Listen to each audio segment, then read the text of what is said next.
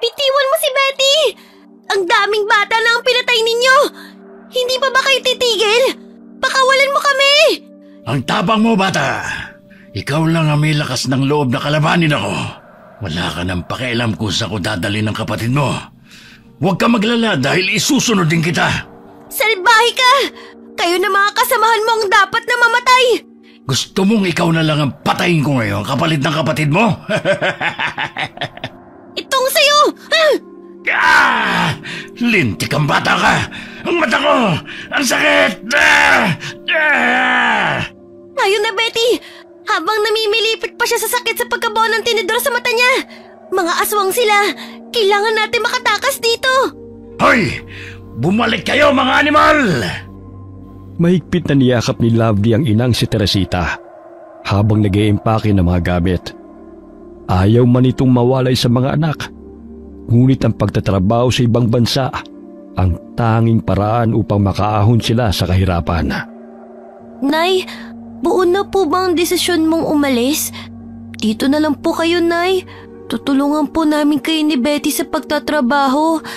Tsaka, hindi naman po ako hihingi sa inyo ng pambaon dahil magtitinda po ako ng nilagang saging sa paaralan. Ayoko pong magkalayo tayo, Nay. Anak, buo na ang desisyon ko. Kailangan kong gawin to para sa kinabukasan ninyong magkapatid. Tsaka, malaking pera ang kakailanganin natin para maipagamot si Betty. 8 taon na siya pero hindi pa rin siya nakakapagsalita. Matalino naman po siya, Nay eh. Marunong po siyang sumulat at gumuhit. Kahit hindi man siya nakakapagsalita, ako na lang po ang magtuturo sa kanya. Basta, huwag ka nang umalis, Nay. Ayoko man mawalay sa inyo pero ito lang ang tanging naisip kong paraan para mabigyan kayo ng magandang buhay. Tsaka, 2 taon lang naman ang kontrata ko eh. Pagkatapos na uuwi ako rito para magkakasama na tayo ulit. Kailangan ko muna mag-ipon para kahit maliit na negosyo lang eh. Makapagpatayo tayo dito. Nandyan naman ang tita Mayet ninyo na mag-aalaga sa inyo eh. Ayoko po sa kanya, Nay. Maldita yun eh. Baka saktan pa kami nun. Mukhang maldita lang ang tita Mayet mo. Pero mabait yun. Nangako siya sa akin na aalagaan niya kayong mabuti. Padadalhan ko kayo ng pera para mabili niyo ni Betty yung tsokolate. Di ba matagal mo nang gustong bumili nun? Opo, pero kung kapalit nun na yung pag-alis nyo, hindi na po ako manghihingi ng tsokolate. Sige na, Nay. Huwag ka nang umalis. Akala ko ba nakapag-usap na tayo noon, anak? Huwag ka nang umiyak. Mabilis lang naman ang 2 taon eh. Nay, mamimiss ka po namin. Anak, alagaan mo ang kapatid mo, ha?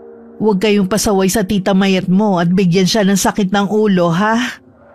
Pinahid ni Teresita ang mga luha ng anak. Bagamat tahimik man ang bunso sa sulok, ay malamdam ang mga mata nitong nakatingin sa ina at kapatid. May autism si Betty at hindi siya nakakapagsalita. Ngunit matalino ito dahil anumang sinasabi sa kanya ay madali nitong nauunawaan. Sa pamamagitan ng pagguhit ay nalalaman ni Lovely ang nararamdaman ng kapatid. Dahan-dahang tumayo ang bunso mula sa pagkakaupo. Ibinigay nito sa ina ang iginuhit sa papel. Para sa akin ba to, anak? Ang ganda ng pagkakaguhit mo sa ating 3 ah. Huwag kayong mag-alala, uuwi rin ako. Kailangan ko lang talagang gawin to dahil sa hirap ng buhay. Oo naman. Hindi ko kayo kakalimutan. Mahal na mahal ko kayong 2. Solong binubuhay ni Teresita ang mga anak. Iniwan siya ng kinakasamang si Kevin nang malaman ng asawa nito ang tungkol sa relasyon nila. Halos gumuho ang mundo ni Teresita nang sugurin siya ng asawa nito at nag-iskandalo pa sa bahay na kanilang tinutuluyan. Buong akala ni Teresita na binata si Kevin. Ayon na rin sa kwento nito sa kanya. Sa 5 taon nilang pagsasama ay hindi man lamang ito pinagdudahan ng lalaki. Mabait, responsable at masipag ito. Napag-alaman ni Teresita na isa palang OFW ang asawa ni Kevin. Pinahiya siya ng babae sa maraming tao at binuliwan. Simula ng araw na yun, ay hindi na nagpakitang muli ang lalaki dahil mas pinili nitong sumama sa tunay na asawa nito. Anak, nandyan na ang tricycle na susundo sa akin. Basta palagi kayong magdadasal ha. Mag-ingat kayo rito. Tsaka magpapakabait kayo ha. Alagaan mo si Betty, anak. Nanay, mahal na mahal ka namin. Mag-iingat ka dun Huwag mo kaming kalimutan. Sige na, baka mahuli pa ako sa airport eh. Pinahid ni Teresita ang mga luha habang papalayo sa mga anak. Iniwan niya ang mga ito sa bahay ng pinsana. Wala nang nagawa sina Betty at Lovely, kundi ang tanggapin na lamang ang kanilang kapalaran. Hoy, tumahan na nga kayo sa kakaiyak dyan. Ayoko nang makulit, tamad at pasaway ha. Bantayan mo ang kapatid mo, Lovely. Hindi kayo narito sa bahay para magbuhay prinsesa. Naiintindihan niyo ba ako? Opo, tita. Dalhin niyo na yung mga gamit niyo sa kwartong malapit sa kusina. Doon kayong dalawa. Tara na, Betty. Dalhin mo na yung bag mo. Tumango ang bunso bilang tugon sa kapatid. Hindi man to nagsasalita. Nakakaintindi naman ito. Taas kilay na tinatanaw ni Mayet ang dalawang bata na pumasok sa kanilang bahay. Ilang sandali dumating si Cesar na kinakasama ng babae. Kung hindi lang dahil sa pera, hindi ko talaga patutuloyin ang dalawang batang yan dito. Hindi ko pinangarap na mag-alaga ng anak ng ibang tao, no? Anak sila ng pinsan mo. Hindi na sila ibang tao sa'yo. Siguraduhin lang talaga ni Teresita na padadalhan niya ako ng pera. Dahil ayoko mag-alaga sa mga batang yan na ako pa ang gagastos. Nasaan na ba sila? Nandun sa kwarto malapit sa kusina. Tawagin mo na sila. May dala akong ulam dito para sabay na tayong kumain. Padabog na tinungo ni Mayet ang silid na magkapatid. Naabutan nitong umiiyak pa rin ang dalawa. Hindi na ba kayo titigil sa kaiiyak ha? Paubos man ng mga luha nyo, matagal pang babalikan nanay nyo. Lumabas na kayo at kumain. Opo, tita. Pagkatapos kumain, maglinis kayo ng bahay ha.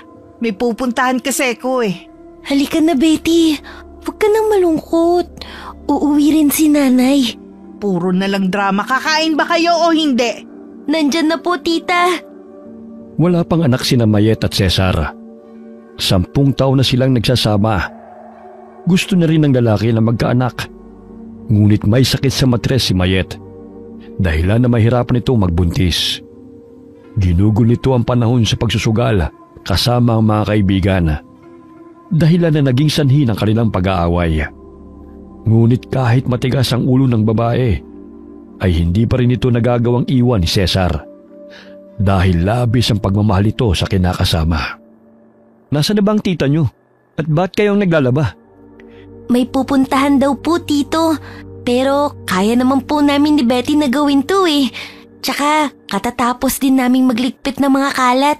May binili lang ako, nasalisya na kagad ako. Dito lang kayo ha, susundin ka na muna ng tiya nyo. Mamaya mawilit, maubos na naman ang binigay kong sahod. Pailing-iling ang lalaki habang tinatahak ang daan kung saan naroon ang kasintahan. Kahit hindi man ito magpaalam sa kanya, alam na nito ang destinasyon ni Mayet. O ano, panalo ka na ba? Hindi pa nga eh. Huwag mo nang hintayin pang maubos ang sahod na ibinigay ko sa'yo bago ka pa tumigil dyan. Sige na, umuwi ka na. Cesar! Oh, bakit parang nakakita ka ng multo? Ilang beses ko bang sasabi sa'yo na itigil mo na yung pagsusugal mo? Wala kang mapapala dyan. Mabuti sana kung nananalo ka eh. Palagi ka namang talo. Tsaka imbis na mag-aksaya ka ng oras sa pagsusugal, tulungan mo lang yung mga bata sa paglalaba. Paano ko saswertihin yan kung nag-iingay ka? Ano bang kinatatakot mo ha? Padadalhan na tayo ng limpak-limpak na salapi ni Teresita. Kaya wag mo akong pigilan sa gagawin ko. Isa pa, libangan ko to, no? Kaya pwede ba umalis ka na? Dahil sa inis, kinuha ni Cesar ang perang naroon sa mesa. Nandilat pa ang mga mata ni Mayet nang umalis ang lalaki dala ang pera niya. Hoy, Cesar! Ibalik mo ang pera ko! Walang yaka! Magsugal ka hanggang gusto mo. Bahala ka. Humahangos na sinundan ng babae ang nobyo. Halos magwala ito sa daan dahil ayaw ibalik ni Cesar ang pera. Nagpapagod ako sa kakatrabaho tapos sa pagsusugal mo lang nilulustay ang pera? Nangako ka sa akin na titigil ka na sa bisyo mong yan, di ba? O ginawa mo ba? Nasa abroad na si Teresita. Kung magpapadala siya ng pera sa mga bata, ako nga hawak nun. Kaya kahit hindi ka na magtrabaho, mabubuhay pa rin tayo, no? Hoy Mayet, akala mo pinapalang pera sa ibang bansa ha? Hindi ganun kadali ang kumita. Palibasan di mo naranasan na magbanat ng buto. Sinusumbatan mo na ako ngayon, ha? Bakit? Ano bang pinagmamalaki mo? Maswerte ka pa nga dahil kahit ganyan ang itsura mo, pinatulan pa kita. Baka nakakalimutan mo yung pinangako mo sa akin. Na itatrato mo akong prinsesa kapag sinagot kita. Kaya wala kang karapatang magreklamong damuho ka. Akin na nga yung pera ko. Nandidilat ang mga mata ng babae dahil sa galit. Wala nang nagawa si Cesar kundi sundan na lamang ng tingin si Mayet habang padabog na bumalik sa sugalan. Kung alam ko lang na ganito ang ugali mo, sana hindi na kita niligawan. Hindi ko rin kayang iwanan ka, Mayet. Nasanay na akong kasama ka at mahal na mahal kita. Malamlam ang mga matang umuwi ng bahay ang lalaki. Walang nararamdamang hiya si Mayet at nagpatuloy sa pagmamadyong. Patawa-tawa pa ito na humarap sa mga kaibigan dahil dinaig na naman ito si Cesar. 3 buwan nang nagtatrabaho si Teresita sa ibang bansa. Nababagot na rin si Mayet sa paghihintay kung kailan siya padadala ng pera ng pinsana. Buisit na Teresita yun. Kailan kaya niya ako balak padalhan ng pera? Pinapalamon ko ang mga anak niya tapos kakalimutan lang ako.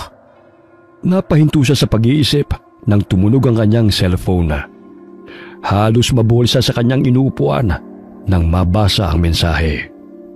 Uy, Gracia! Mabuti naman na tagpadala na ng pera ang babaeng yun.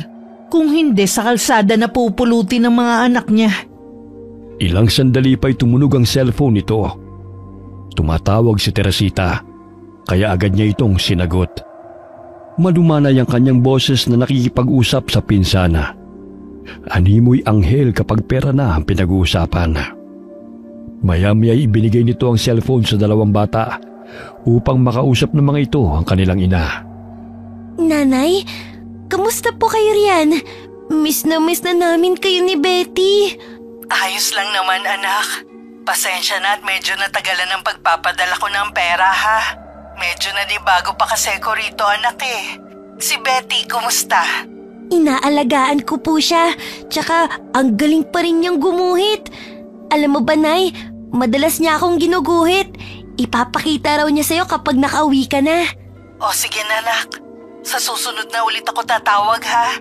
Parang dumating na kasi ang amo ko eh. Mag-ingat kayo ni Betty. Mahal na mahal ko kayo. Masayang-masaya ang magkapatid nang marinig muli ang boses ng ina. Hindi man nagsasalita si Betty, ngunit tumatalon-talon pa ito dahil sa tuwa. Ang saya ko, Bunso, dahil nakausap natin si Nanay. Nabawasan ang pangungulila ko sa kanya. Basta ha, huwag kang makulit para hindi tayo pagalitan ni Tita Mayet. Tumango ang bunsong kapatid at mahigpit siyang niyakap nito. Dali-dali lumabas ng bahay si Mayet na animoy abot tenga ang ngiti. Nakasalubong nito sa daan si Cesar, ngunit hindi man lang nito sinabi kung saan siya pupunta. Oh, bakit ganun lang ang tuwa sa mukha ng tiyahin niyo? Parang nanalo sa sugal ah. Ay hindi po, Tito. Tumawag kasi si Nanay. Ah, kaya naman pala eh. Lovely, pwede bang ipagtimpla mo ako ng kape? May dala akong pandesal dito. Tsaka samahan niyo na rin ako magmerienda. Sige po, Tito. Maayos ang pakikitungo ni Cesar sa 2 bata. Salungat sa ginagawa ni Mayet, kahit kadugo pa niya mga ito. Minsan ay nasisigawan ito ang magkapatid, kahit sa maliit na pagkakamali. Dumating si Mayet sakay ng tricycle. Hindi ito magkanda-ugaga dahil sa dami ng pinamili. Oh, one day millionaire ka na naman ah. Alam ko nagpadala ng pera si Teresita. Sana naman tinago mo dahil pera yun ng mga bata. At sino ka para pagsabihan ako? Pera ko rin to, no? Sa akin niya iniwan ng mga bata. At sa mismong pamamahay ko. May karapatan akong bilhin ng lahat ng gusto ko. Dahil naghirap din ako sa pag-aalaga sa mga batang yan, no? Para yun sa pag-aaral nila. Hindi sa luho mo. Che, ang ingay mo. Binilhan na rin kita ng damit. Parang basahan na kasi ang sinusuot mo eh. Tipirin mo yung pera dahil hindi yan sa'yo. Ayan no, binilhan ko sila ng pagkain. Isa pa, hindi naman nila kailangan ng bagong damit eh. Ewan ko sa'yo. Sarilit luho mo lang iniisip mo eh.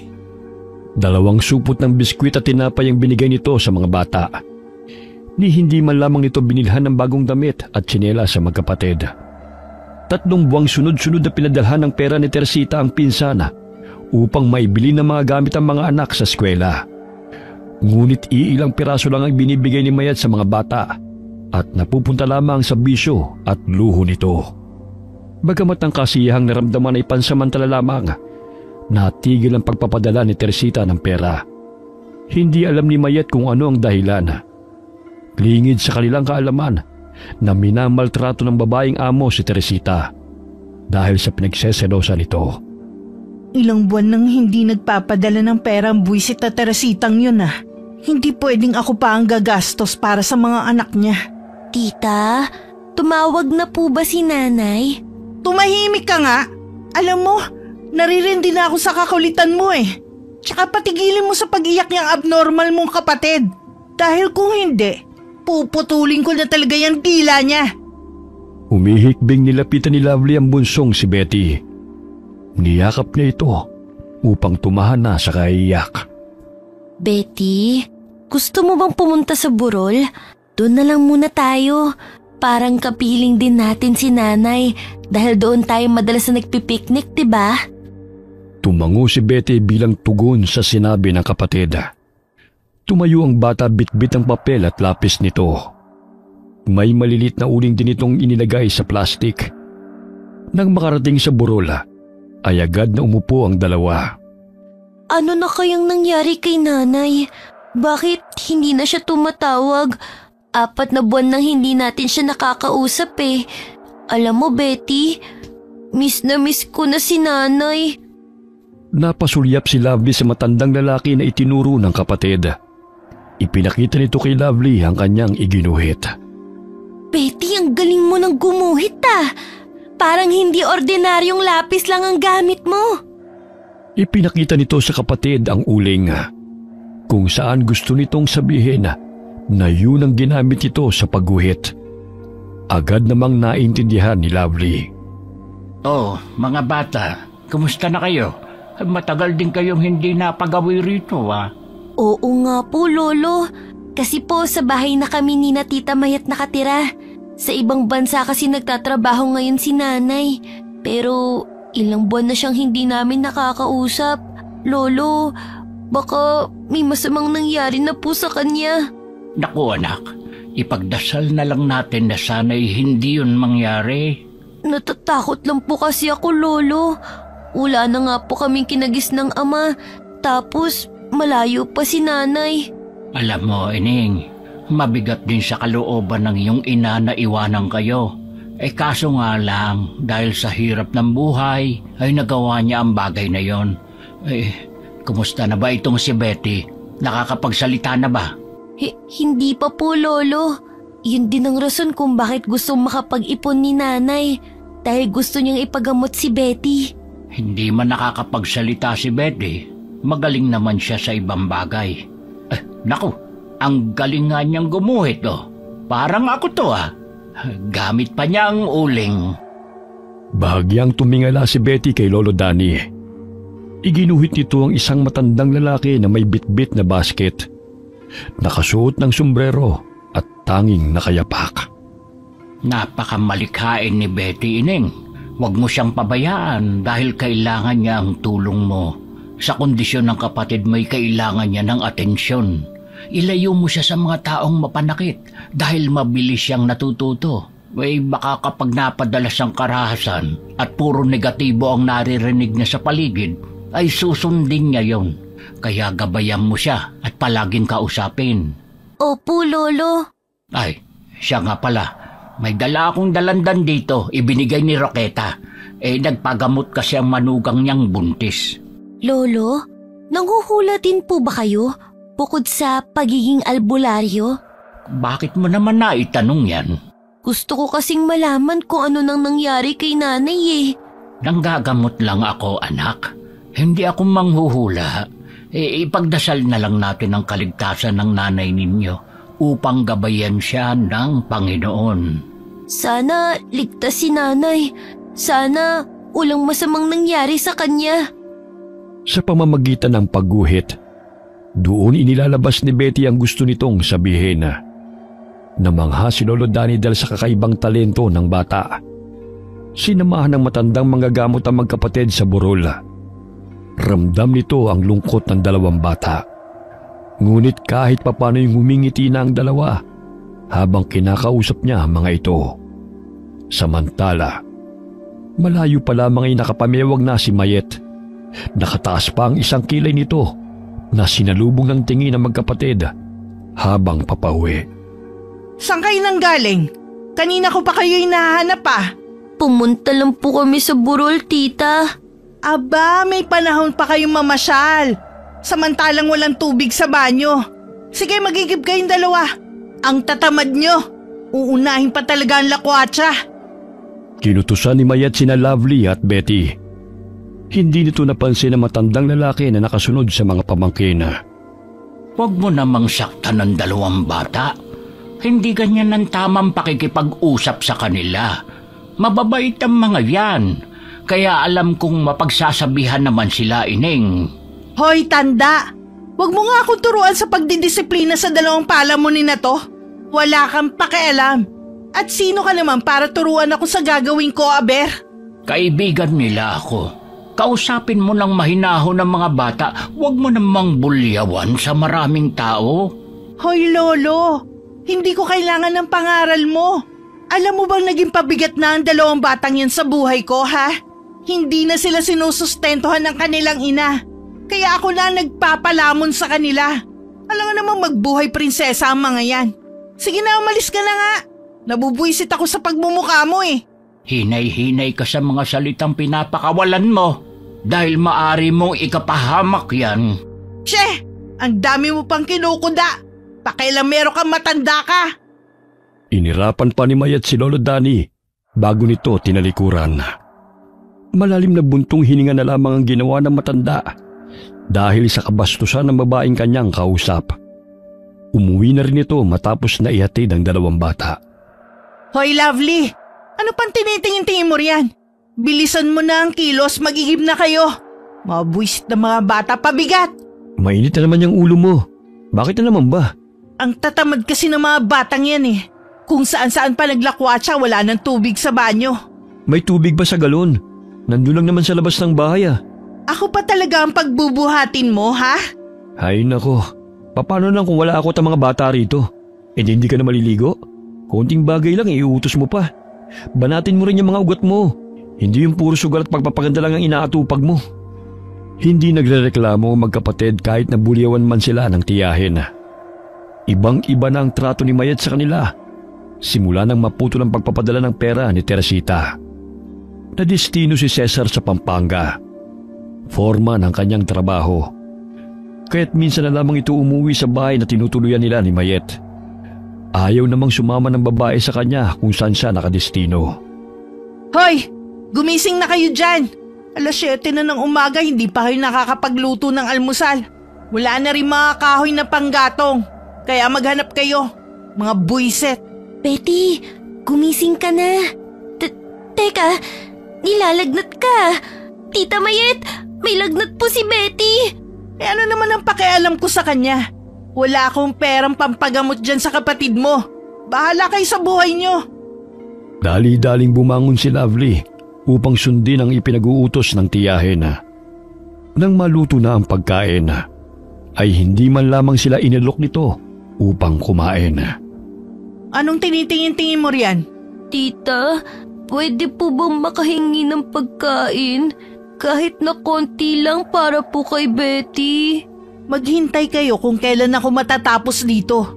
Para malaman mo, Lovely, hindi na nagpapadala ng pera ang nanay nyo. Hindi ko obligasyon na palamunin kayong dalawa. Naiintindihan mo ba ako, ha? Opo, tita. Matapos kumain ng tiyahin, ay dali-daling tinungo ng dalagita ang kaldero. Tanging tutong na kanin ang natira. Kaya't nilagyan na lamang niya yun ng tubig at konting asin upang ipakain sa kapatid. Ayan, Betty. Pinagpawisan ka na. Maya-maya gagaling ka na rin. Damihan mo lang pag-inom ng tubig, ha? Isinama ni Lovely ang kapatid sa gubat kahit nilalagnat pa ito. Hindi nito iniwan si Betty dahil walang magbabantay sa bahay. Batid niyang uutusan pa rin ito ng malditang tiyahin kahit masama ang pakiramdam nito. Oh, mga bata, kumusta na kayo? Magandang araw po, Lolo Danny. May gamot po ba kayo para sa lagnat? Nilalagnat kasi si Betty. Ay, ang taas nga ng lagnat niya.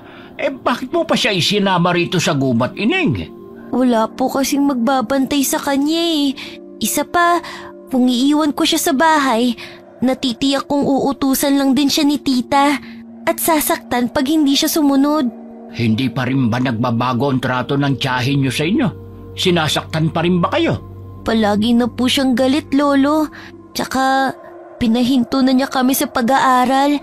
Gastos lang daw po yun eh. Libre naman sa pampublikong paaralan na. Ang sabi niya, kailangan na po namin magtrabaho ni Betty. Kaya tinadala po niya kami sa bahay ng kanyang mga kakilala para maglinis at maglaba. Kinakaya ko po, Lolo, para hindi mahirapan si Betty. Tsaka sabi ni tita, para daw may pakinabang naman kami sa pagpapatira niya sa amin. Uy, iwan mo na muna ang mga panggatong mo sa tabi ng puno ng mangga. Wala namang kukuha niyan eh. Kinarga ni Lolo Danny si Betty sa kanyang likod. Nararamdaman pa ng matanda ang init ng katawan ng bata. Ayan, narito na tayo sa kubo. Pahihigain ko lang si Betty para makapagpahinga siya. No, sige, magpapakulo lang ako ng halamang gamot na ipaiinom sa kanya. Pakipunasan na rin ang katawan niya ng bimpong basa, Ineng, para bumaba ang lagnat niya. Opo, Lolo. Maraming salamat po sa tulong niyo. Dumito na lang muna kayo hanggang sa gumaling na yung kapatid mo. Delikado kung tumirik pa ang mga mata niyan. Nagdikdik ng dahon ng oregano si Lolo at itinapal yun sa noo ni Betty. Mabilis na natuyo ang dahon dahil sa taas ng lagnat ng bata. Maya-maya lang ay bubuti rin ang kanyang pakiramdam. Itong 3 dahon ng labnog, ilagay mo sa tiyan niya para pagpawisan siya. Ipinagluto rin ng lugaw ni Lolo ang magkapatid. Halatang gutom na gutom ang mga ito. Hindi pa ba kayo kumakain? Hindi pa po, Lolo. Kaninong umaga, si Betty lang ang pinakain ko. Tutong na kanin lang ang binigay ni tita sa amin. Ang bihira naman. Alaunan na oh. Hindi pwedeng ganyan ang trato niya sa inyo. Dumito na lang kaya kayo. Kahit papano'y may mga gulay at prutas kayong makakain dito. Gustuhin ko man po, Lolo. Kaya lang baka umuwi si nanay at hanapin kami. Ang sabi niya sa amin, babalikan niya kami kina Tita Mayit. Hindi naman pwedeng pinababayaan na lang kayong magkapatid. Basta kapag kailangan ninyo ng tulong at kung nagugutom kayo, puntahan niyo lang ako. Huwag kayong mahihiya. Opo, Lolo. Hinilot din ni Lolo si Betty dahil may pilay ito sa balikat. Bumaba ang lagnat nito pagsapit ng hapon. Itong langis, Ineng. Pahiran mo ang tiyan at likod ng kapatid mo para tuluyan na siyang gumaling.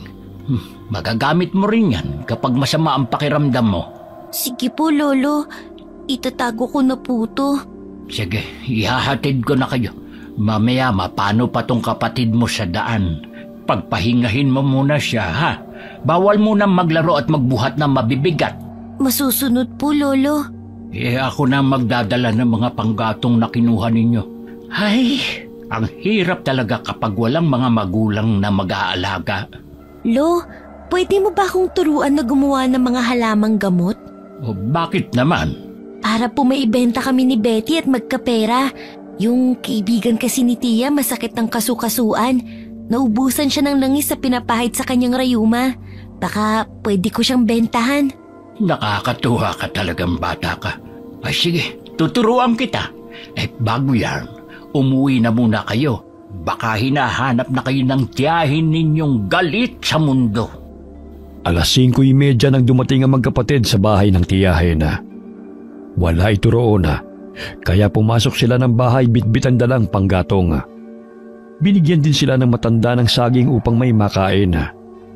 Agad na nagpaalam si Lolo sa magkapatid bago pa siya abutan ni Mayet. Betty, magpahinga ka na muna sa kwarto. Maglilinis lang ako ng mga kalat. Tumango ang bunso at dumungaw sa bintana. Naaninaw nito ang tiyahin na may kausap na lalaki. Humihit-hit pa ito ng sigarilyo habang nakatingin sa bahay na itinuturo ng babae. Nilapitan ni Betty ang kapatid at kinalabit. May kailangan ka ba, Betty? Umiling-iling lamang ito at itinuro ang kinaroroonan ng tiyahin. Dumungaw na lamang si Lovely sa bintana dahil hinihila siya ng kapatid. Hindi si Tito ang kinakausap niya. Siguro kaibigan lang niya yan, Betty. Hayaan na natin siya. Mamaya pagbunto na naman tayo ng galit niya. Maagang nagising ang magkapatid dahil sa pagkalampag ni Mayet sa pintuan ng kanilang silid. Gumising na kayo riyan. Pumunta kayo sa bahay ni Corina. May papalinis siya sa inyo.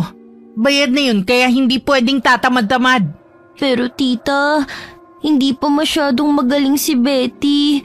Kung maaari, tumito na muna siya. Hindi pwede. Kailangan niya magtrabaho dahil nakakahiya kay Corina.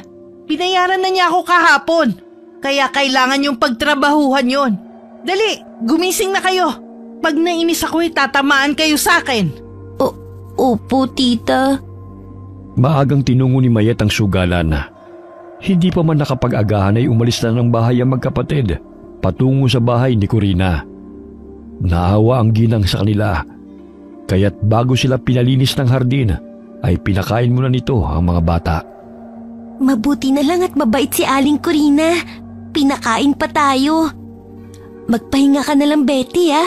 Ako nang magtitipon ng mga tuyong dahon at magtatanggal ng mga damo sa mga halaman niya. Matapos kumain ay agad na inumpisahan ni Lovely ang paglilinis. Nakaupo sa kawayang sila si Betty habang gumuguhit. Napaawang ang labi ni Lovely na masagip ng paningin ang iginuhit ng kapatid. Parang si Tia at ang lalaki yan na. Kayang-gaya mong tindig nila. Tsaka ang mga paligid kung saan sila naroon. Ang galing mo, Betty! Napangisi ang bunso at nagpatuloy sa pagguhit. Maagang natapos ni Lovely ang paglilinis ng garden. Pinadalhan sila ng pagkain ni Aling Corina bago umuwi ang dalawa. Nakakasalubong nila si Lolo Danny sa daan, kaya napagpasya ng magkapatid na sumama sa matanda. Lo, saan ka ba pupunta? Ay, uuwi na, Ineng. Saan ba kayo nang galing? Kina Aling Corina ho. Nilinis ko po ang hardin nila. Pwede po bang sumama kami sa'yo, Lolo? Wala naman kaming gagawin sa bahay eh. Tsaka wala naman dun si Tia. Malamang nasa sugalan pa yun. Sige. May ibinigay na hinog na mangga dito si Lorenzo. Nagpahilot kasi siya kaya pinuntahan ko doon sa bahay nila. Ang bango ng mangga, Lolo. Matagal na rin kami hindi nakakakain ni Betty niyan eh. May tinapay po kaming dala rito. Ibinigay ni Aling Corina. Kainin po natin ito mamaya. Sa pamamagitan ni Lolo Danny, naibsa ng pangungulila ng magkapatid sa kanilang ina. Ngunit hindi pa rin sila nawawalan ng pag-asa na makakapiling din nila si Teresita. Malakas na tumawa si Betty nang matanaw ang dalawang manok na nagsasalpukan. Abay, naging masayahin na si Betty Opo, Lolo. Alam niyo ba, madalas kanyang hinahanap. Talaga? Ay paano mo naman nasabi yun? Sa pamamagitan ng pagguhit. Ang dami nga niyang ginuhit. Nakaupo kayo, nakatayo, nagluluto at ang pinakamaganda, yung dalawa kayo habang ginagamot niyo siya. Sa pamamagitan ng kanyang imahinasyon, nagagawa niya po yun. Tignan niyo po to, Lolo. Pinilhan ko siya ng drawing book nung nakaraang araw. Ay, ang galing nga niya. Itong isang babae at lalaki, hindi naman ako to Si Tita Mayet at ang lalaking kausap nun kagabi. Lahat na lang talaga na makikita ni Betty, kinuguhit niya. Pati mukha, kuhang-kuhan niya. Naku, kapag ipinagpatuloy pa yan ni Betty habang siya'y lumalaki, hindi malayong pagkakakitaan niya ang pagbuhit. Oo nga po, Lolo eh. Sayang nga lang dahil pinahinto kami ni Tita sa pag-aaral. Kaya nga umalis na kayo sa poder niya. Kinakawawa kayong dalawa eh. Natahimik si Lovely nang sabihin niyo ni Lolo Danny. Gustuhin man niyang umalis sa bahay ng tiyahin, ngunit hindi niya magawa dahil doon nila hinihintay ang pagbabalik ng kanilang ina. Naging interesado si Betty sa mga halamang gamot at mga langis na nakasalid sa bote. Hindi man ito nagsasalita, ngunit alam ni Lolo kung ano ang gusto nitong ipahiwatig. Kaya't isa-isang sinabi sa kanya ni Lolo ang mga gamit noon at kung ano ang makukuhang benepisyo. Natuwa pa si Lolo dahil isa-isang iginuhit yun ng bata habang nakangiti. Matalino ka talagang bata, Betty. Lo, may mga pangontra din po ba kayo sa aswang? Meron naman, Ining. Bakit mo naman naitanong? Nakakatakot po kasi ang kabilugan ng buwan. Kapag po ganun, ang sabi ng kaklase ko, lumalabas daw mga aswang. Totoo po ba yun? Ayon sa kaalaman ko'y ang ibang angkan ng mga aswang ay nagdidiwang. May mga tansong patalim at mga halamang gamot akong pangontra dito. Pero sa ngayon, wala pa naman akong nakakalaban ng mga aswang. Ngunit kailangan pa rin nating mag-ingat dahil kahit saan may umaaligid ang masasamang nilalang. Lo, pwede po ba akong makahingi ng pangontra? Madalas kasing ginagabi si tita na umuwi ng bahay eh. Minsan inuumaga na. Kami na lang ang naiiwan ni Betty sa bahay. Itong langis na may katas at dinikdik na dahon ng halamang kalabo. Mabisang pangontra ito sa aswang. Nalalason sila rito dahil mapait. Nasusunog din ang balat nila at naihilo dahilan na manghina sila. Mabisa ring gamot sa psoriasis, eczema, sugat at kagat ng insekto ang katas ng kalabo. Marami po akong nakikitang tanim na ito sa daan. Pero hindi ko alam kung saan ginagamit eh. Akin na lang po to, Lolo ah. Kapag may panahon ako, pwede rin pala akong gumawa ng langis sa may katas ng halamang kalabo. Inilalagay ang mga dahon sa pintuan ng bahay, lalo na kapag may sanggol at buntis. Hindi na kami matatakot ni Betty sa tuwing kabilugan ng buwan, Lolo. Hiniwa ni Lolo Danny ang hinog na mangga. Habang nagkukwentuhan ay pinagsaluhan nilang tatlo ang prutas. Maya-maya ihahatid ko na kayo. Baka maabutan pa kayo ng dilim sa daan. Sige po, Lolo.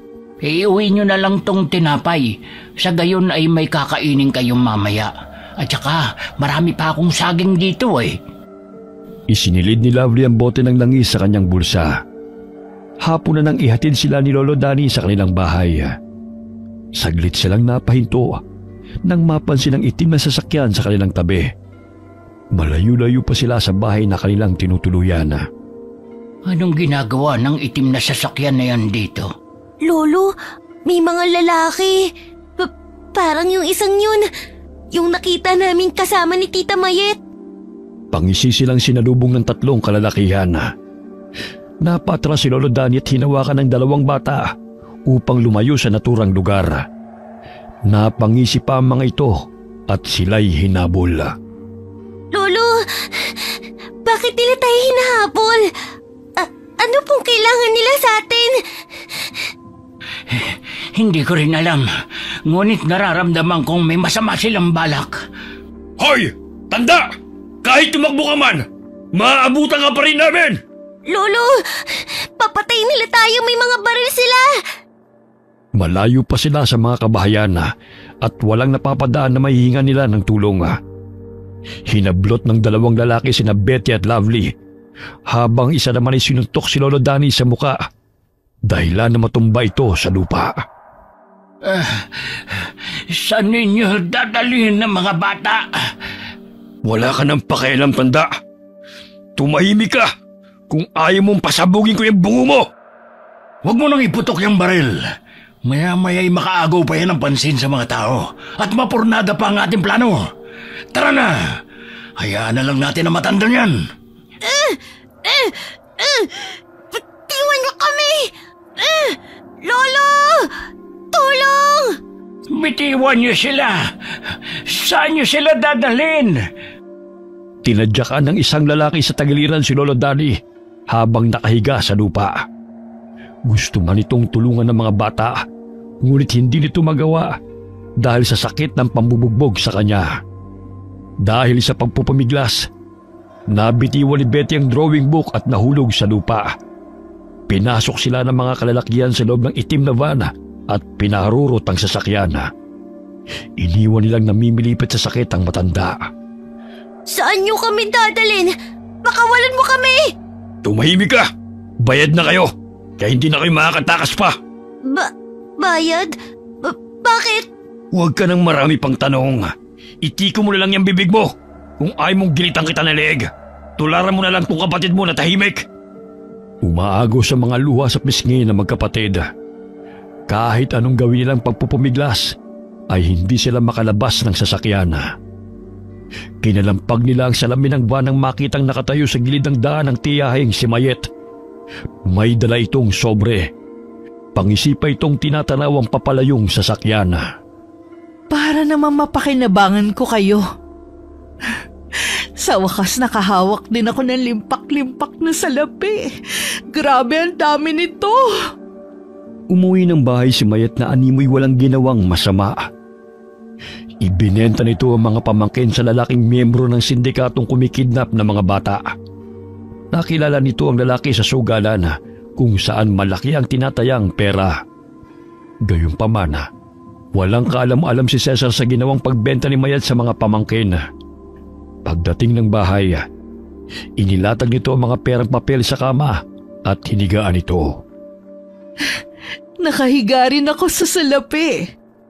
Kung magtatanong si Cesar kung nasa ng mga bata, sasabihin ko lang na naglayas sa mga yun. Kailangan utak ang paganahin, hindi puso. Samantala, napansin ng magkapatid na huminto ang sasakyan. Binaba sila ng mga kalalakyan sa isang lugar kung saan tanging matataas na pader lamang ang kanilang nakikita. May naririnig silang mga iyak ng mga bata. Anong lugar to? Pakiusap, gusto na namin umuwi. Hinihintay na kami ni Tita Mayet. Hindi na kayo hinahanap noon. Dahil sa oras na ito ay nagpapakasasala sa pera. Anong ibig nung sabihin? Sige na, bitiwan niyo na kami ng kapatid ko. Hindi ba sinabi kong tumahimik ka? Bakit ang ingay-ingay mo? Tinulak ng lalaki si Lovely at napasubsob ang dalagita sa sementadong sahig. Hindi na kayo makakatakas pa. Para malaman mo, ibinenta kayo ng tiyahin mong mukhang pera. Kayo ang kabayaran sa utang niya sa amo namin. Pasalamat nga siya. Binigyan pa siya ng bonus. Mga salbahe kayo! Anong gagawin niyo sa amin? Alam mo, Iha, hindi na ubra ang pagiging matapang mo rito. Alam mo kung anong ginagawa namin sa mga batang matabil ng dila? Pinuputol at kinakain. Wala naman kaming kasalanan sa inyo ah. Bakit niyo kami dinala rito? Kung may utang man si Tita Mayet, siya ang singilin mo, hindi kami. Alam mo bata, kahit mamaos ka pa sa kasisigaw at lumuha ka ng dugo, hindi magbabago ang isip ko. Nakikita mo ba yung mga batang yan? Kaya huwag ka nang mag-inarte dahil may mga kasama ka. Kinaladkad sila ng lalaki patungo sa silid kung saan naroon ang ibang mga bata. Napalukip-kip sila sa sulok at niyakap na lamang ni Lovely ang bunsong kapatid.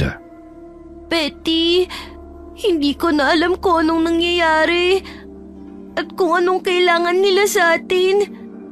Natatakot ako. Baka patayin nila tayo. Ramdam ni Lovely ang nangangatog na katawan ng kapatid. Maging ang mga batang naroon ay hindi tumitigil sa kaiyak.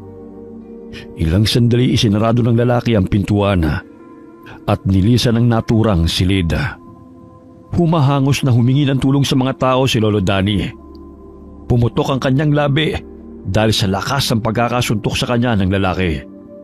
Iminulat ni Mayet ang mga mata nang marinig ang sunod-sunod na katok sa pintuan. Wisit naman oh, panira ng moment eh. Sino ba yan? Anong kailangan mo? Bumungad sa harapan ng babae si Kapitan Joel at si Lolo Danny. Nagsumbong si Lolo sa kapitan na dinukot ng mga kalalakihan ng dalawang bata. Kaya agad na ipinagbigay alam nila kay Mayet. Ano hong kailangan nyo? Dinukot ng mga kalalakihan ng mga pamangkin mo. Humingi na kami ng tulong sa mga kapulisan. Dinukot? Mas mahirap pa kami sa daga ah. Ang sabihin nyo, naglakwatsa ang mga yon. Dinukot ang mga pamangkin mo. Bakit ba wala ka man lang pakialam sa kanila? Kung dinukot nga sila, baka kasabot mo ang mga taong yun. Di ba ikaw ang kasama nila paminsan-minsan? Tsaka nakita kita nun na hinatid mo pa nga sila dito sa bahay. Hay naku, Lolo. Huwag mo kong paikutin sa drama mo, ha? Bastos kang bata ka. Kung kasabwat ko mga yon, bakit pa ako hihingi ng tulong sa mga tao? Palibhas ay wala kang puso. Wala kang kwentang giyahin. Hoy, Lolo. Dahan-dahan ka sa pananalita mo, ha? Hindi mo alam kung anong sakripisyo ko sa mga batang yon. Sa kabila na hindi sila sinusustentohan ng kanilang ina, tinanggap ko sila rito sa pamamahay ko. Kaya wala kang karapatan na kwestiyonin ang pakikitungo ko sa kanila. Kung wala na kayong sasabihing mabuti, umalis na lang kayo. Alis na! Sinarado ni Mayet ang pintuan at muling pumasok ng silid. Humiga muli siya sa pera na walang nararamdamang pag-aalala sa mga pamangkin. Mga pakialamero. Ilang sandali pa'y muling narinig ng babae ang katok sa pintuan. Hindi niya ito pinagbuksan sa pag-aakalang sinakapitan na naman yun. Iminulat nito ang mga mata nang marinig ang boses ni Cesar. "Babe! Buksan mo ang pinto! May dala ko para sa inyo!" Buisit, umuwi na si Cesar. Sandali, kailangan ko iligpit ang mga perang to. Baka mabisto ko. Itinago nito ang pera sa aparador sa ilalim ng mga nakatubing damit at kinandado. Inayos nito ang sarili bago hinarap ang kinakasama.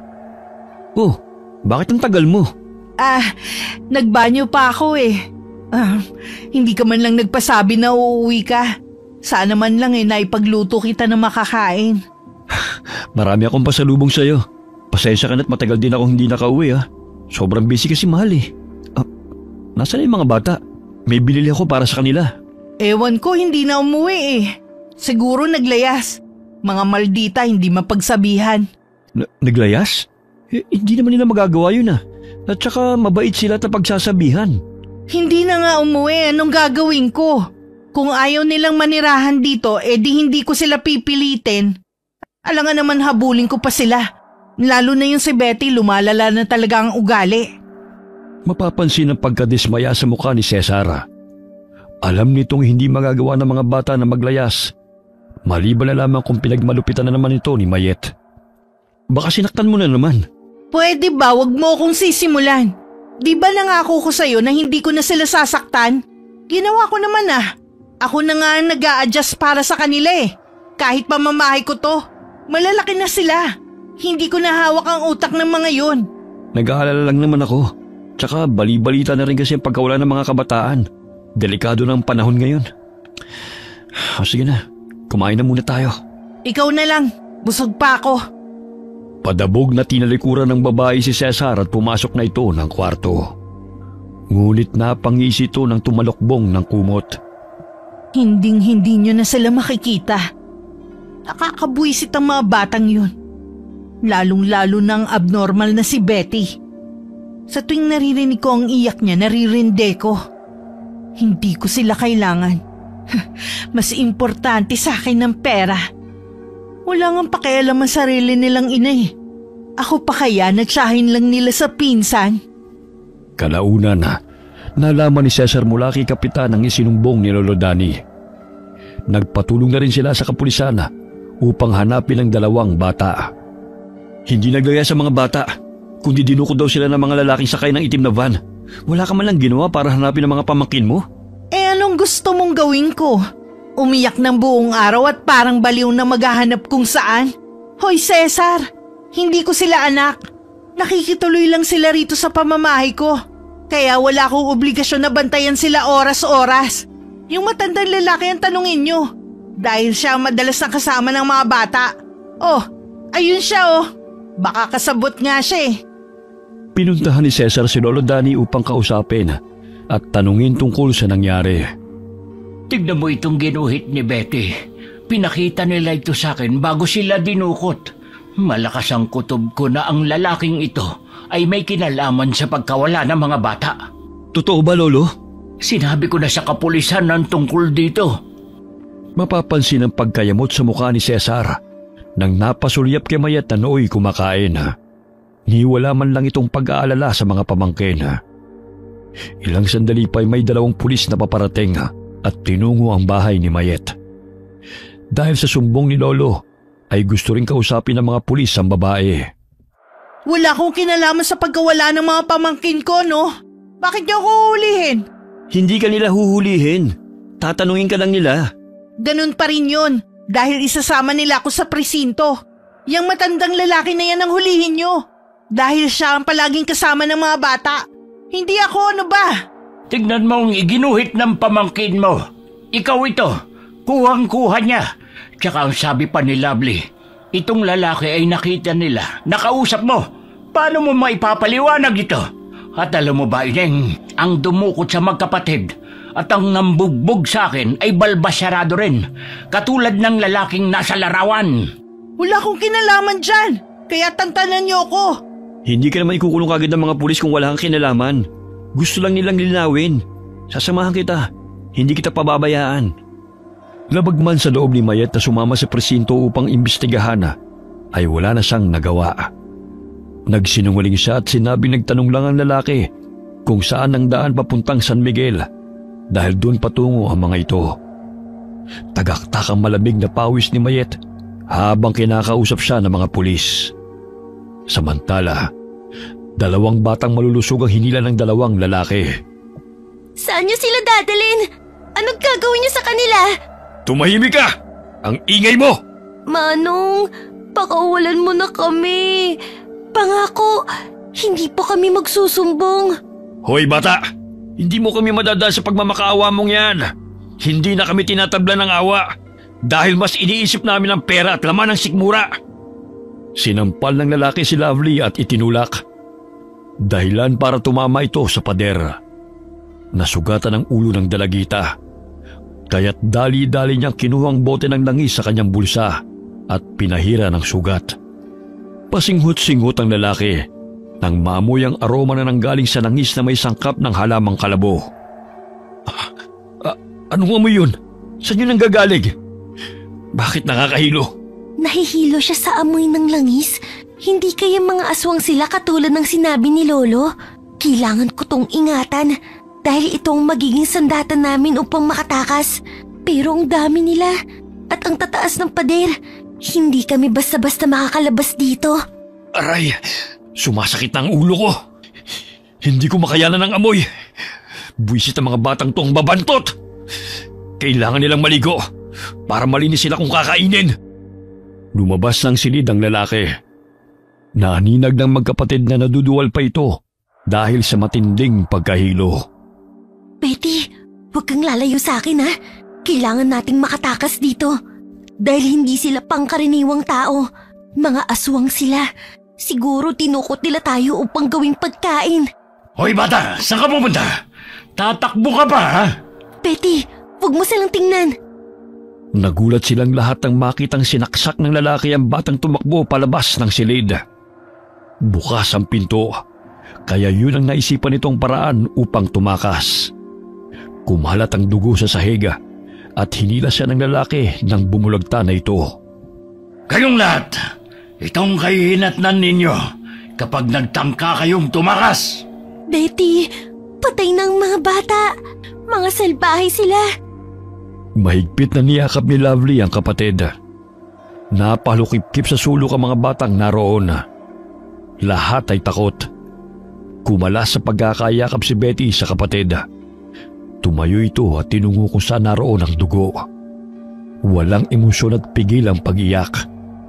Nagsimula siyang gumuhit sa dingding gamit ang dugong kumalat sa sahig. Betty, halika rito. Baka bumalik ang mga salbaheng lalaki. Iginuhit ni Betty ang malaking bilog na animoy 1 buwan. Sa gitna nito ay may mga paniking lumilipad. Sa bandang ilalim ay mga maliliit na bata habang may 2 mataas na lalaki sa tabi ng mga ito na may hawak na patalim. Sa pamamagitan ng pagguhit sa pader gamit ang dugo, ipinaliwanag nito kung ano ang sitwasyon nila. Umupo ka na rito. Alam kong gusto mong sabihin, mga aswang sila na gusto tayong paslangin lahat. Kabilugan ng buwan. Ayon sa sinabi ni Lolo na maaaring nagdidiwang sila at tayo ang kanilang magiging pagkain. Tumango si Betty at muling niyakap ang kapatid. Lingid sa kanilang kaalaman na may mga matang nakakita sa ginawa ni Betty. May kamera sa loob ng silid ng mga batang bihag. Kakaibang bata ang isang yun. Hindi siya pangkaraniwang bata. Bumukas ang pintuan at pumasok sa silid ng pinuno ang tauhan nito. Boss, handa na po ang inyong pagkain at inumin. Dalhin niyo sa akin ang batang ito. Kakaiba siyang bata. Wari ko'y swerte siya sa ating angkan. Tignan mo ang ginawa niya. Yang iginuhit niya sa pader. Hindi pangkaraniwan ang kanyang talento. Maaari tayong makalikom ng malaking salapi sa pamamagitan niya. Siya yung batang hindi nagsasalita, pinuno. Sabihan mo ang iyong mga kasamahan na huwag siyang paslangin. Dalhin niyo siya sa akin. Maganda rin kayo para sa gaganaping pagdiriwang mamaya. Masusunod po. Patuloy na nanonood sa screen ang lalaki. Nakonektado sa kamerang inilagay nila sa silid kung saan naroon ang mga bata. Nilagyan nila ng CCTV ang silid upang masiguro nila na walang makatakas na mga bihag. Muling nagsiksika ng mga bata nang mapansin na bumukas ang pintuan. Sinong gumuhi sa dingding gamit ang dugo? Huwag kang tumayo, Betty. Baka saktan ka niya. Ikaw bata na nakasuot ng kulay dilaw. Halika rito. Manong, pakiusap, huwag mong saktan ang kapatid ko. Sinabi nang lumapit ka. May tatanong lang ako. Huwag niyo pong patayin ang kapatid ko. Huwag mo siyang ilayo sa akin. Tumahimik ka. Hindi ka ang kailangan ko, kundi ang batang to. Nanginginig na umiiyak si Lovely dahil sa takot na saktan ng lalaki ang kapatid. Bagamat kinakausap lamang ito ng lalaki at tumatango-tango. Gusto mo bang umalis na rito, bata? Betty, huwag kang sumama sa kanya. Papatayin ka niya katulad ng ginawa niya sa isang bata. Hindi ikaw kinakausap ko, kaya tumahimik ka!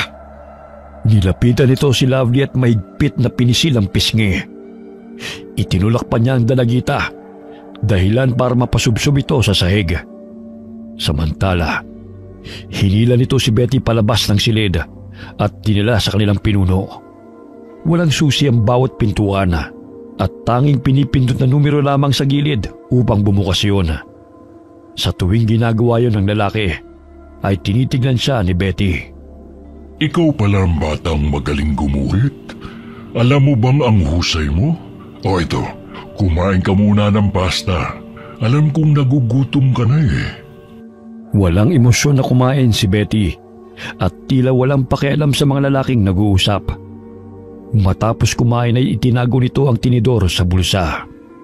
Sino ang batang kasama niya kanina? Kapatid po niya, boss. Bakit hindi nagsasalita ang batang ito? Pipi ba siya? Pero nakakarinig naman. Hindi ko rin alam, boss. Mula nang dali namin dito, hindi na nagsasalita. Di bale, magiging asset natin siya. Swerte ang talentong meron siya. Ayon na rin sa sinasaad sa libro ng ating angkan. Maghahanda po kami ng mga batang kakatayin mamaya para sa ika-50 anibersaryo ng ating angkan. Marami-rami po kaming nadukot ng mga bata. Natitiyak ko magiging masayang anibersaryo ang gaganapin. Kayo na ang bahala. Dito na muna ang batang ito.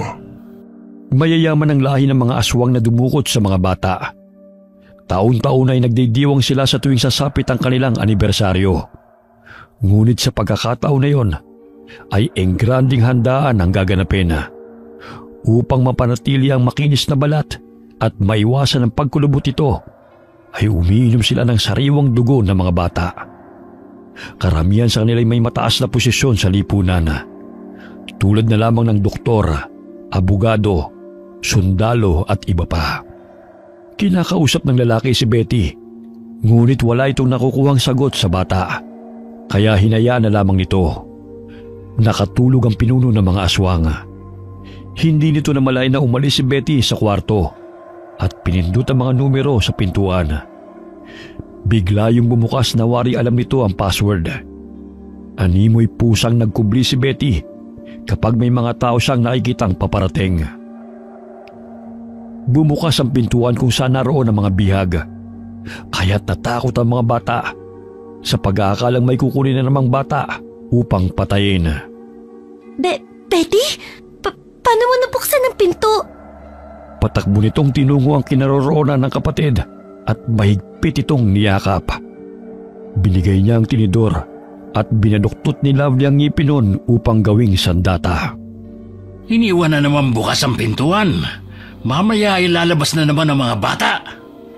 Bago pa ito makalayo ay tumakbo si Lovely palapit sa lalaki at tinusok nito ang mga mata. Aray! Mata ko!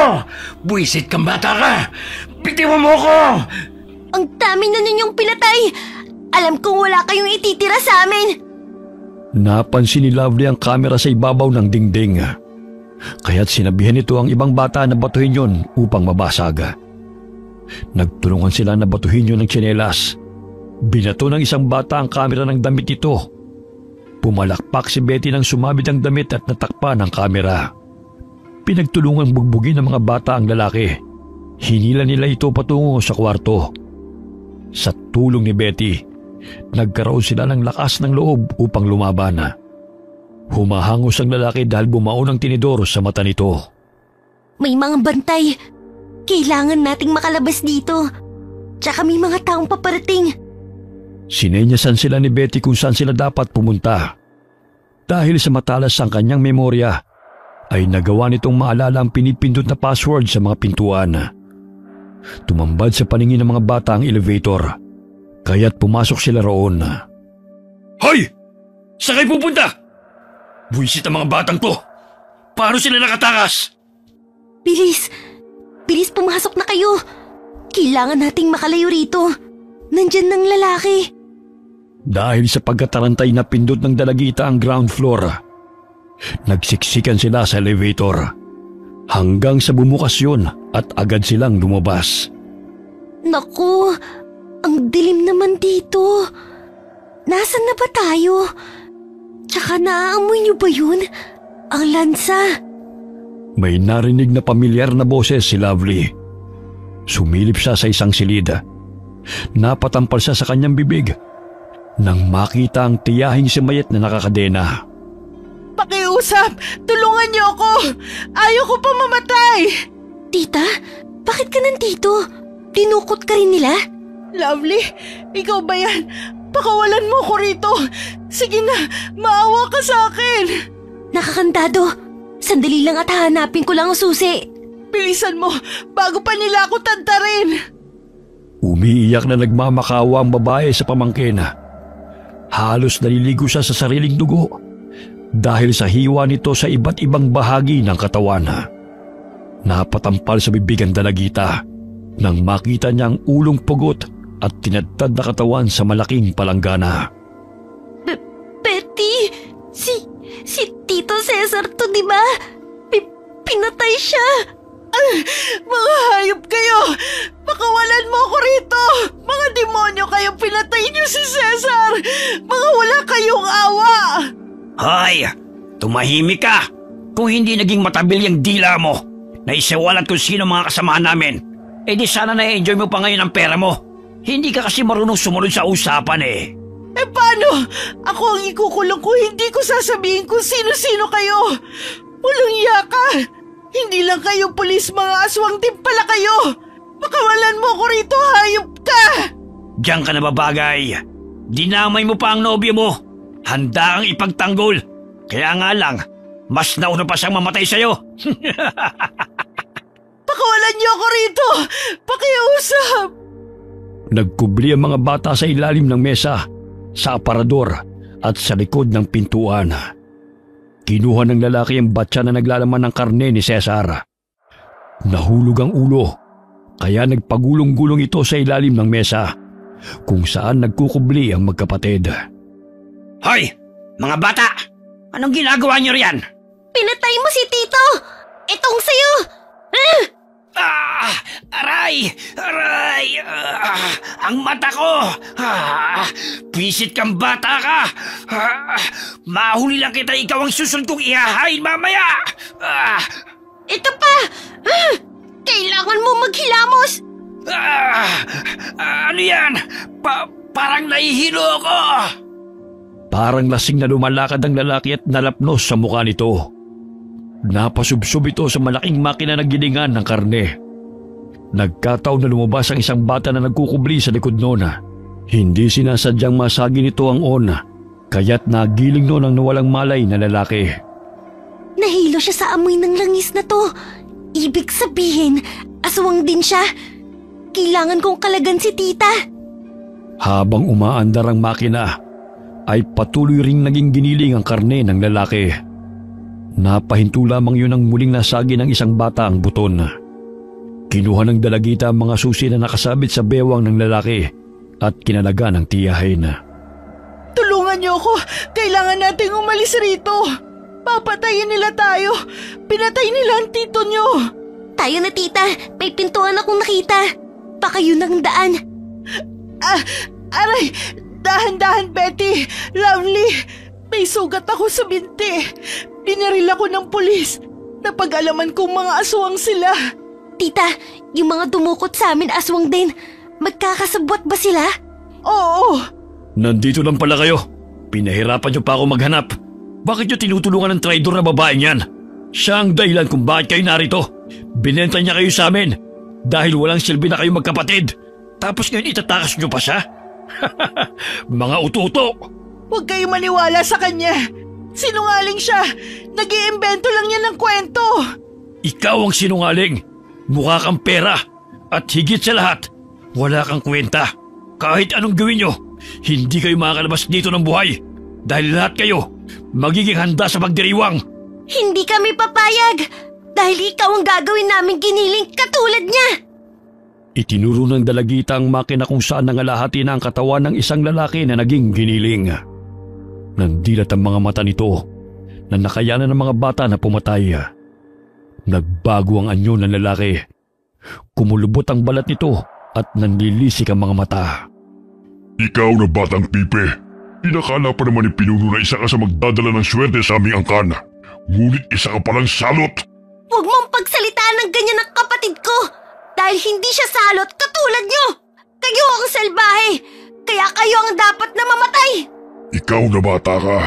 Kahit kailan palabang ka talaga. Pero ngayon, sisiguraduhin kong patatahimikin na kita. Sige, lumapit ka. Kung gusto mong isaboy ko sa'yo ang langis na to. Bakit? Mapapaslan mo ba ako gamit niyan? Gamitin mo na lang yan na panghilo sa nananakit mong mga kalamnan. Dahil babaliin ko yung mga buto mo. Lovely! Lumalapit na siya! Umatras sila sa lumalapit na aswang. May nadampot na kutsilyo si Betty, kaya inihagis niya ito sa aswang. Nadaplisan ito sa balikat, kaya't nadagdagan ang galit nito. Ikaw na batang hindi marunong magsalita. Napakapili mo rin ha? Pwes, hindi iira ng kakulitan niyo kung isa-isa na kayo magiging bangkay. Nasaan ang mga susi? Ito po, tita. Kinuha ni Mayet ang mga susi sa pamangkin at gumapang ito papunta sa pinto sa bandang likuran. Naiwan sa harapan ng aswang ang mga bata na naoy nagsisiksikan. Yung mga palad nyo akin na. Kailangan natin magpahid ng langis sa katawan natin para hindi nila tayo malapitan. Mga aswang sila. Kaya makakatulong tong langis sa may halaman ng kalabo bilang pangontra sa kanila. Anong mabantot na amoy na yan? Bakit naamoy ko na naman? Ang bunganga mo mabantot! Kaya nasusuka ka! Ikaw siguro nagmamayari ng amoy na yun, oh! Ha? Ha? Ang baho! Nakakasunga! Tita, nabuksan niyo na ba? Ang daming susi! Hindi ko alam kung saan ang susi ng pintong to! Lumundag ang aswang sa harapan ng mga bata. Ngunit napatras ito na masinghot ng malapitan ng mga bata. Buisit! Hindi ko makayanan ang amoy! Palibasa hindi kayo naliligo! Kumuha kayo ng maaari niyong gawing sandata. Susugurin natin siya. Dinampot ng mga bata ang gunting, kahoy at iba pang mga bakal na nakikita nila sa paligid at sinugod ang lalaking aswang. Pinaghahampas nila ito. Bago pa man ito maiputok ang barel, ay malakas na hinampas ni Lovely ang braso nito gamit ang kadena. Dahilan na tumilapon ang hawak nitong barel. Sa hindi inaasahan, tumama ang baril sa dingding at pumutok ito. Tinamaan sa sentido ang lalaking aswang. Ganun na lamang ang gulat ng mga bata nang makitang bumulagta ito sa sahig. Mga walang hiya kayo!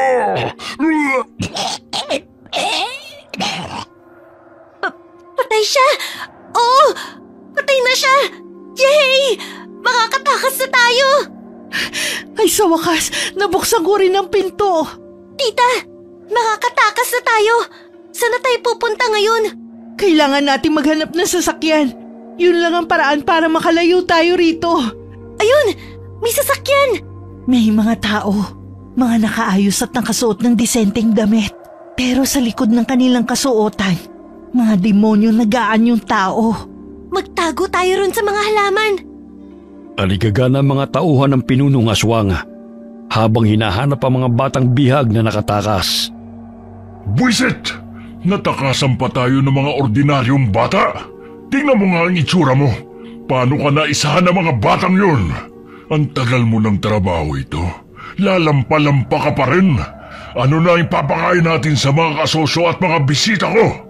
Naisahan tayo na magkapatid na yun eh. Lalo na ang batang hindi nagsasalita. Hindi ko sukat akalain na mabilis niya mauhulaan ng password ng mga pintuan. Ang sabihin ninyo, tatanga-tanga kayo.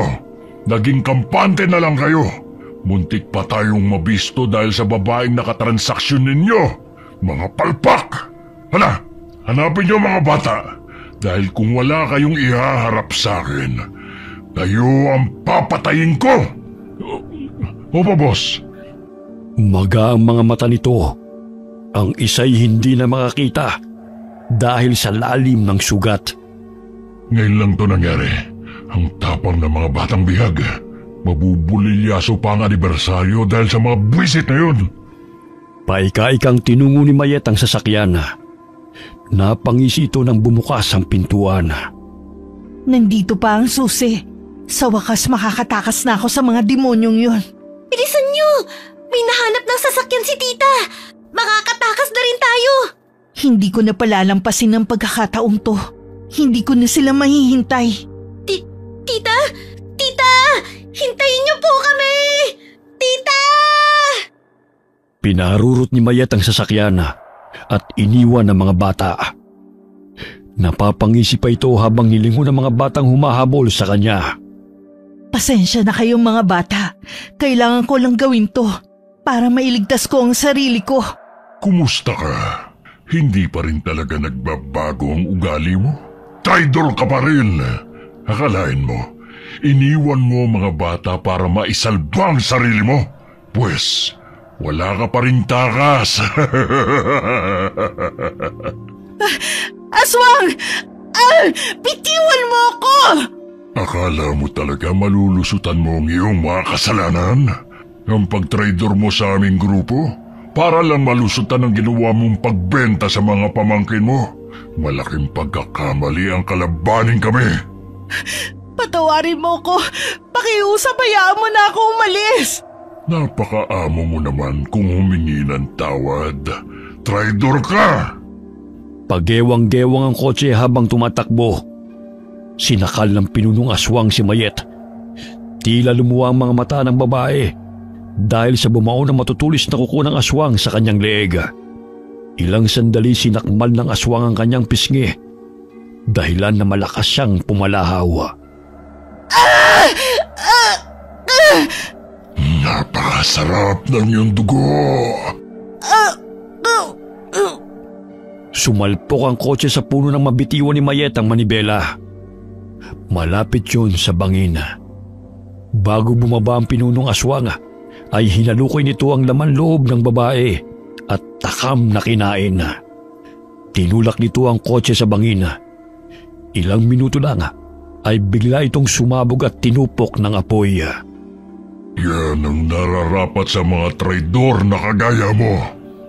Kumaripas ng takbo ang pinunong aswang, pabalik ng gusaling pagdadausan ng anibersaryo. Malayo pa lamang ay nadidinig na nito ang mga atungal ng kanilang angkan. Kabilugan ng buwan, kaya sila'y nagsasaya. Kailangan kong hanapin ang batang yun dahil siya magdadala ng swerte sa aming angkan. Ayon na rin sa naitala sa libro. Kakaibang memorya ng batang yun, bukod tangi sa lahat ng mga kabataang bihag. Shh! Huwag kayong lalabas sa mga halaman. May aswang na paparating. May naaamoy akong mabantot. Bakit parang nahihilo ko? Anong klaseng amoy yun? Napahinto sa pasinghot-singhot ang pinuno ng aswang nang dumating ang mga tauhan nito. Oh, nahanap niyo na ba mga bata? Hindi pa, pinuno. Ngunit sisikapin naming mahanap po sila. Dapat lang, dahil hindi magiging matagumpay ang anibersaryo kung wala tayong maihahandang sariwang dugo at laman sa ating mga kasamahan. Huwag kayong titigil sa paghahanap sa mga bata. Tsaka hanapin niyo rin ang amoy na nakakahilo. Mamaya mapano pa ang ating mga bisita. Opo, pinuno. Samantala, Siya yung nakita kong driver ng van. Kailangan nating makuha ang susi para makatakas tayo. tinuro ni Betty ang batang lalaking katabi. Kinausap ni Lovely ang binatilyo. Napag-alaman ng dalagita na marunong magmaneho ng sasakyan si Dennis dahil natuto ito sa tulong ng amang isang truck driver. Mabuti naman kung ganun. Kailangan natin siyang linlangin para makalapit siya sa atin. Tumakbo si Lovely upang makuha ang atensyon ng aswang. Kaya't hinabol siya nito. Diyan ka lang pala nagtatago, bata ka. Nasaan ang mga kasamaan mo? Habulin mo ako para malaman mo kung nasan sila. Kahit saan ka magpunta, hindi pa rin kayo makakatakas. Ikaw palang mabantot. Ang baho! Ano ba yan? Sobrang nakakahilong amoy mo. Ano ba yan? Ang sakit sa ilong. Lahat naman kami mabaho dahil hindi nyo kami hinahayaan na maglinis ng katawan eh. Mga salbahe kayo! Napalayo na ang aswang sa mga kasamahan nito. Sinabuyan siya ng dalagitan ng langis sa mukha. Anong klaseng likidong sinabi mo sa akin? Nasusunog ang mukha ko. Nahihirapan akong huminga. Lason. Parang lason. Totoong sinabi ni Lolo. Gumagana nga sa mga aswang ang halamang kalabo. Hindi ako makahinga. Mga kasama, tingnan nyo. Nangihina na siya. Kailangan nating kunin ang susi ng van. Kinapkapan ng mga bata ang lalaki hanggang sa nakuha ni Betty ang susi sa bulsa nito. Tayo na! Mag-ingat lang tayo na makita na iba pang aswang. Ito pa palang langis. Kalahati pa ang natira sa bote. Kailangan nating pahirang muli ang katawan natin dahil ayaw nila sa amoy nito. Nalalason din sila. May mga aswang na nakabantay sa paligid at naghahanap din sa kanila. Kaya ganun na lamang ang kanilang pag-iingat na hindi sila makita ng mga ito. Pinaputukan sila ng isang aswang na may baril, kaya't nagkubli sila sa mga puno. Kailangan nating gumapang hanggang sa makarating tayo sa van. Yun lang ang tanging paraan para makaalis tayo dito. Sinunod ng mga bata ang sinabi ni Lovely, kaya't sama-sama silang gumapang hanggang sa marating nila ang itim na van. Sige na, pumasok na kayo. May gagawin lang ako. Binuhusan niya ng langis sa mga kamay at pinahira ng van. Sa gayon ay mahirapan ang mga aswang sa paglapit sa kanilang sasakyan. Tumulong na rin ang ibang mga bata. Ilang sandali pa'y pinaandar ng binatilong si Dennis ang van. Kaya't nagkaroon ng pag-asa ang mga bata. Tara na, Dennis! Bago pa tayo maabutan nila! Lintek! Ayun ang mga bata, tumataras! Paano nila napaandaran sa sakyan? Pagewang-gewang na tumakbo ang van. Kaya't sa tuwing sumasagi ang bandang gilid ng van sa mga kahoy, ay napapasigaw ang mga bata. Naku, Dennis! Mag-ingat ka, baka mabangga tayo! Pinapataka ni Lovely ng langis ang daan. Sa gayon ay makapagbigay yun ng aroma na siyang inaayawan ng mga aswang. Hinabol ng mga aswang sa sasakyan. Tumalo ng isang aswang at sumampa sa bubungan. Ngunit malakas itong pumalahaw nang mapaso at nakaramdam ng kate sa mga paa. Anong klaseng likido ang inilagay ng mga bata sa kotse? Umalis ka dyan! Alis! Ihinto niyo ang sasakyan, mga batang pasaway! Dennis, ihinto mo raw! Biglang inapakan ng binatilyo ang preno, dahilan na tumilapo ng aswang. Sumalpok ito sa puno, dahilan na mamilipit ito sa sakit nang bumagsak sa lupa. Nagpatuloy sa pagmamaneho si Dennis. Ilang sandali pumutok ang gulong nito, dahilan na huminto ang van na kanilang sinasakyan. Nabangga sila sa puno. Mabuti na lamang ay walang nasaktan sa kanila. Kailangan nating makalayo rito. Sigurado ako hinahabol pa tayo na iba pang mga aswang. Kailangan nating humingi ng tulong dahil konti na lang ang langis na natitira. Tanging ang liwanag ng buwan na nagsisilbi nilang gabay sa madilim na paligid. Hindi nila alam kung saan patutungo. Hanggang sa maaninag nila ang isang nagliliyab na apoy na pinapalibutan ng mga tao. Sino sila? Mga aswang din kaya sila? Sana naman hindi. Samantala, Mga kasama, may naririnig ba kayong mga kaluskos? Sa palagay ko, malapit lang dito sa atin. kinalabit ni Betty ang kapatid at sumenyas ng tulad ng palagi nitong ginagawa sa tuwing makikita nito si Lolo Danny. Tama! Si Lolo Danny ang isa sa mga taong yun. Humingi tayo ng tulong sa kanila. Lolo! Tulungan niyo po kami! Hinahabol po kami ng mga aswang! Mga bata, mabuti at ligtas kayo. Ilang araw na namin kayong hinahanap. Kaya nagsagawa na kami ng ritual na gabayan kayo ng puti ang gabay. Lolo! Mga aswang! Pinatay nila sina Tio Cesar at Tia Mayet. Halina kayo. Doon kayo sa kuweba. Magpahinga muna kayo roon. Tahan na. Huwag na kayong umiyak. Nahinto sa pagdarasal ang mga manggagamot. Humingi ng tulong si Lolo Danny sa kanyang mga kaibigan upang hanapin at gabayan ang dalawang bata. Maging sina kapitan at mga tauhan nito sa Sitio San Diego ay naghahanap din sa mga nawawalang mga bata. Samantala, nababagot na ang mga bisita dahil hindi pa rin inilalabas ng pinunong aswang ang mga batang bihag. Naubos na ng mga ito ang tinadtad na karne na inihain sa kanila. Pagpasensya na muna ninyo. May konting aberya lang dahil nakatakas sa mga bihag. Ngunit sisikapin naming maibalik sila rito. Nakatakas po sila. Wala na po sila sa loob ng hasyenda. Marunong palang magmaneho ang isang batang lalaki. Tsaka yung mabantot na amoy at nakakahilo ay pagmamayari ng batang babae. Nakakalason din, kaya hindi kami makalapit sa kanila. Mga inutil! Gumawa kayo ng paraan upang hindi masira ang ika-50 anibersaryo ng ating angkan. Kung hindi, ako mismo ang papatay sa inyo! Opo, Pinuno! Nagkaroon ng ideya sina Lolo Danny. Humingi rin siya ng tulong kay Kapitana upang sugurin ang angkan ng mga aswanga. Nagtulungan sila sa pangunguhan ng mga halamang kalabo. Dinikdik yun at inilagay sa water tanker. Yun ang naging paraan ni Kapitana upang mapadali ang kanilang paglusob. Dumito na muna kayo mga bata. Pupuntahan lang namin ang lugar kung saan naroon ang mga aswang. Pero mapangalip na po, Lolo. Ayaw po namin mapahamak kayo. Ligtas kayo rito. Kasama ninyo ang aking mga kaibigang manggagamot. Hindi nila kayo pababayaan. At saka, hindi makakapasok ang mga aswang dito dahil maraming pangontrang inilagay sa paligid. Lolo, ayoko pong pati kayo saktan nila dahil kayo na lang po ang taong malapit sa amin. Gagawin namin ito para hindi na sila muling maghasik ng lagim upang wala ng batang gagawing pagkain. Mag-iingat po kayo, Lolo, ha? Tsaka, ipangako mo na babalik ka. Pangako, babalik ako.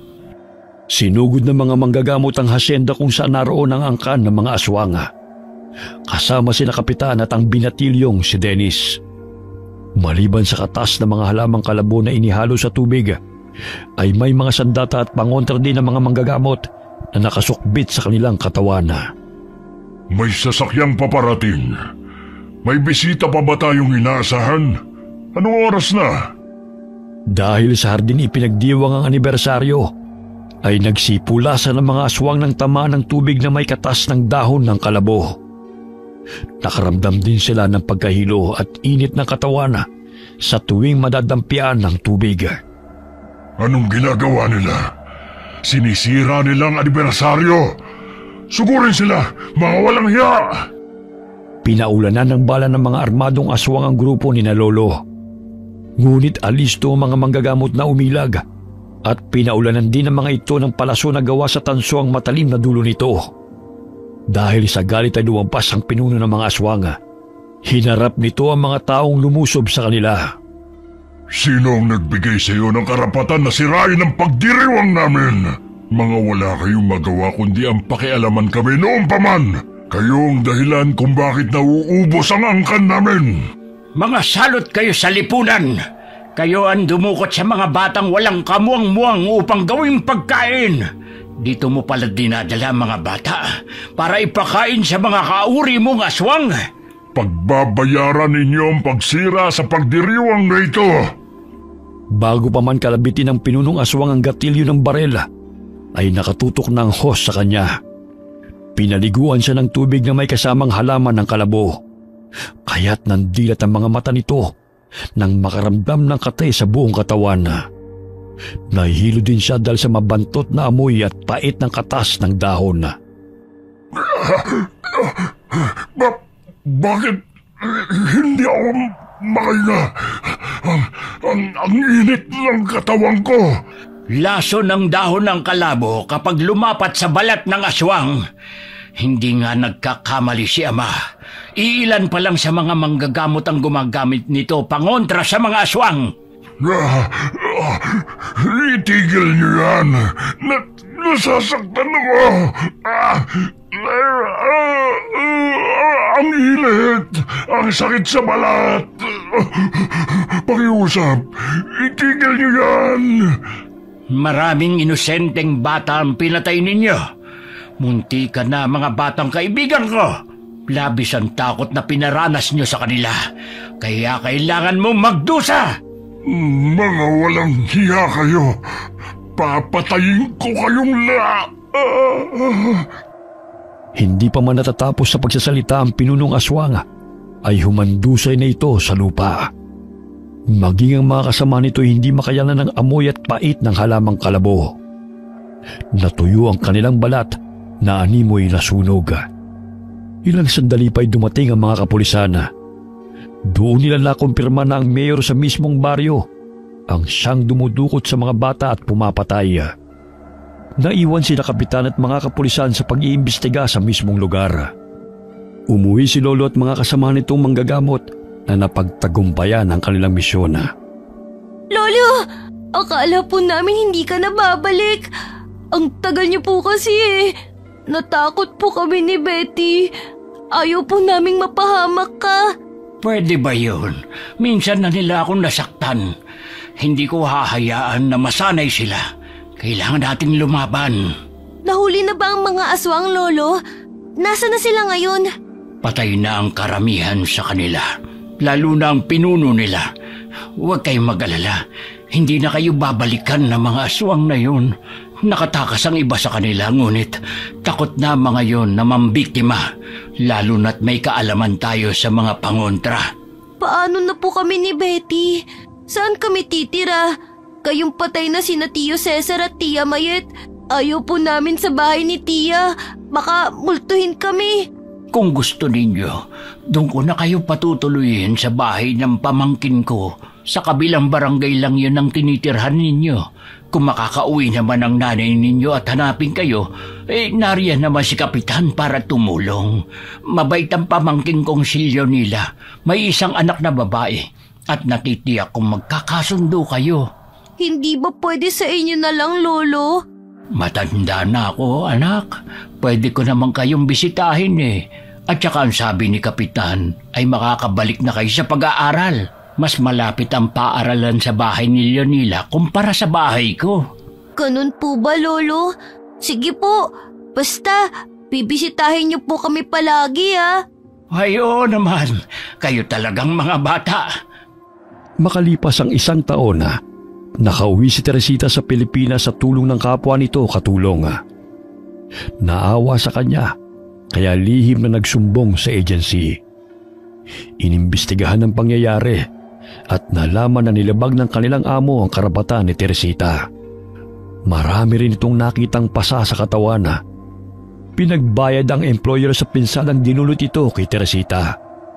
Kaya't napagpasya nito na umuwi na lamang ng Pilipinas upang muling makasama ang mga anak.